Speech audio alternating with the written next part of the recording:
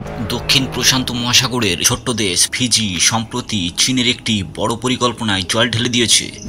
চীন সেখানে সেনাঘাঁটি তৈরির কথা ভাবছিল, কিন্তু ফিজির প্রধানমন্ত্রী সিটিভেনি রাবুকা স্পষ্টভাবে বলে দিয়েছেন ফিজিতে চীনের সেনাঘাঁটি চলবে না।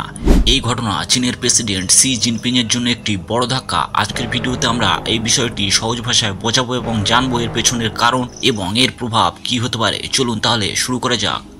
দক্ষিণ প্রশান্ত মহাসাগরে ফিজি একটি ছোট্ট কিন্তু কৌশলগতভাবে গুরুত্বপূর্ণ দেশ। এই অঞ্চলটি আমেরিকা, অস্ট্রেলিয়া এবং চীনের মতো বড় দেশগুলোর জন্য খুবই গুরুত্বপূর্ণ, কারণ এই অঞ্চল দিয়ে বাণিজ্যিক জাহাজ চলাচল করে এবং এটি সামরিক কৌশলের দিক থেকেও গুরুত্বপূর্ণ। চীন গত কয়েক বছর ধরে এই অঞ্চলে তার প্রভাব বাড়ানোর চেষ্টা করছে।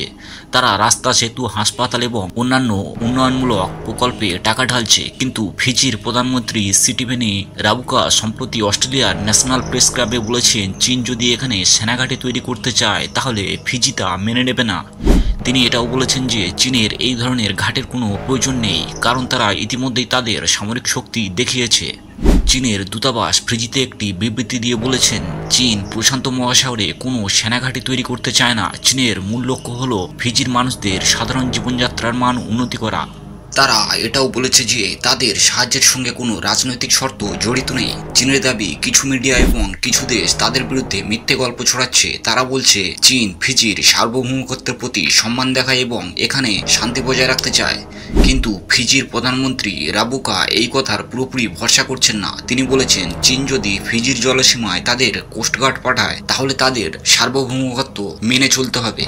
তিনি এটাও বলেছেন যে চীনের সঙ্গে উন্নয়ন প্রকল্পে কাজ করলেও ফিজি অস্ট্রেলিয়া, নিউজিল্যান্ড এবং আমেরিকার সঙ্গে তার সম্পর্ক বজায় রাখবে। দক্ষিণ প্রশান্ত মহাসাগর এলাকা একটি ভূরাজনৈতিক যুদ্ধক্ষেত্র হয়ে উঠেছে। চীন এখানে তার প্রভাব বাড়াতে চায়, কারণ এই অঞ্চলটি আমেরিকা এবং এশিয়ার মাঝে অবস্থিত।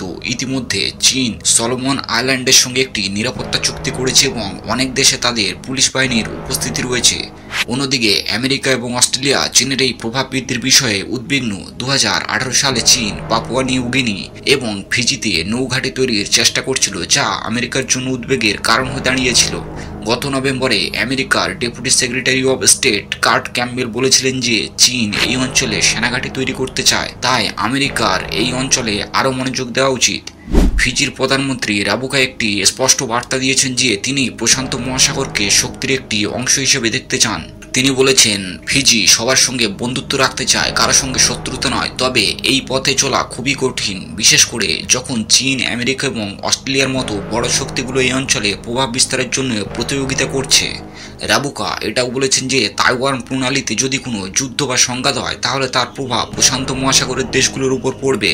তাই তিনি চান এই অঞ্চল যেন সামরিক উত্তেজনা থেকে মুক্ত থাকে।